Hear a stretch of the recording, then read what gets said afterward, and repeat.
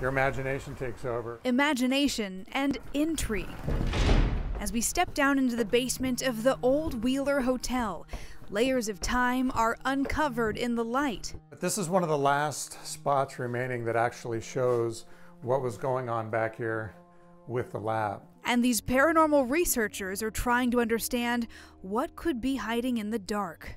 The group is Oregon Paranormal, a team of researchers taking a scientific approach to things we can't always explain. I've been called the poo-pooer of the paranormal because I'm so critical of the data that we're looking at. But Casey Goodwin says it's that approach that sets them apart, working on cases for months, even years. So this actually shows the mill as it stood. This case study is a mix of history and mystery. The Old Wheeler Hotel, a building right off of 101 with nearly a century of stories.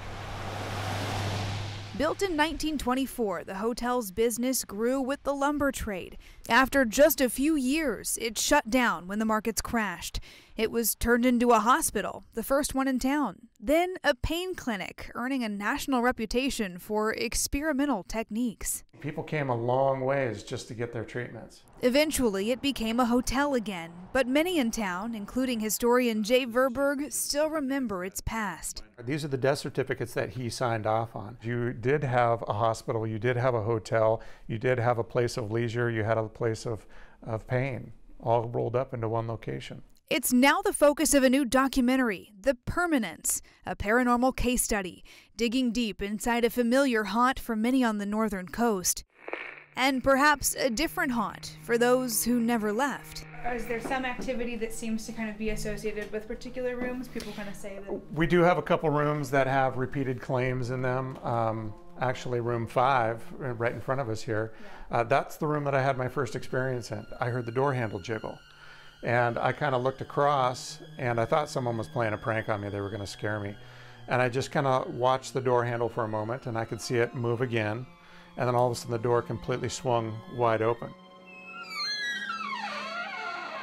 For more than 3 years, the team meticulously worked to document those experiences. Trying to get the best vantage points or areas where we believe the most activity is. With audio and video surveillance and a methodical approach to ruling out any kind of other explanation.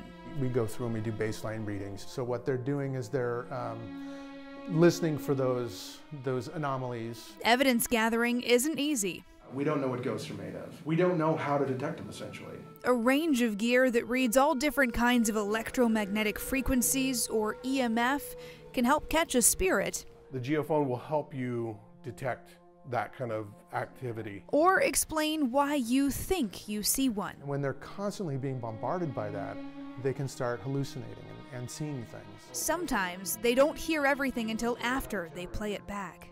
We use these to do what we call EVP sessions, electronic voice phenomena. What we are trying to do is communicate with something we don't know is either there or not. They've caught voices before, once in the basement. It's probably one of the loudest EVPs I'd ever heard of a man's voice. What if... So we wanted to see for ourselves how it works. After hours of setup and mapping out other sounds, energies, and frequencies already in the house, we sit down and press record.